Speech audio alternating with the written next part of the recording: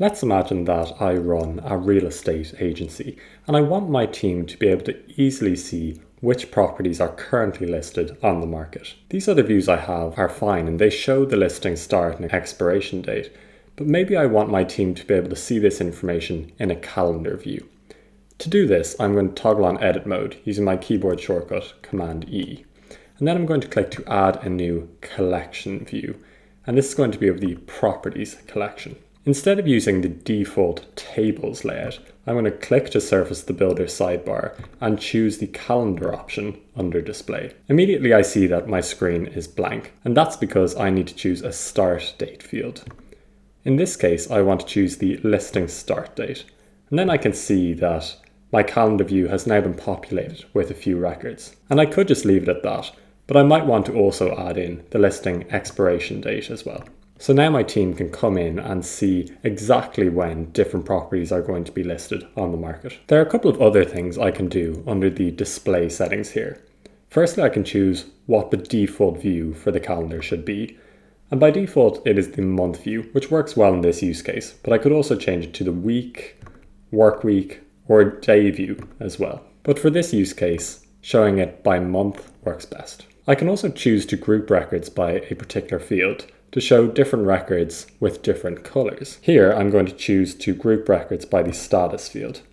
And then we can see, if I click into a particular record, that the event on the calendar has a different color depending on the status, whether the property is active or pending, for example.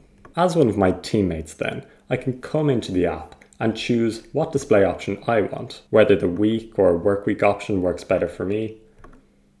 And I can click on a particular record and navigate to the relevant record page. Now as the builder, I can control what fields show here in the event pop-up, just like for any other view in the app. So I'm going to toggle on edit mode, surface the builder sidebar, and then I can simply toggle on or off different fields that I want to get shown here. That looks a lot neater with slightly less information and no need for the user to scroll. So here, I've essentially made a page for my team showing the listings, but I might want to show one other page as well. And that might be for my team to be able to easily see viewings that have been booked in on a calendar. To do this, I'm going to add one more page to my app with information from the interactions collection. And I'm going to rename this to viewings. Choose a suitable icon here. And then I'm going to change it from the default tables view to the calendar view again. Here I'm going to choose the event start date, which is the start time, the end time, and because I see hourly information on these events, I'm going to choose to display my calendar by week by default. I'm going to rename the title of this page in the header here to viewings.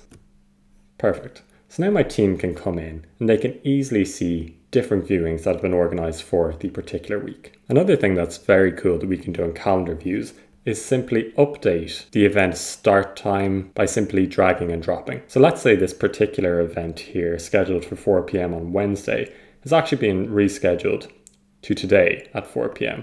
I can simply drag this across and the start time will have updated then. And you can enable this dragging and dropping in the display settings here and will be toggled on by default. Similarly, if I want to extend an event on the calendar view, I can simply drag the particular event as well, so the duration of that event has now been updated. One other thing that might make life a little bit easier for my team is if I add different filters to be able to filter different events on this calendar view.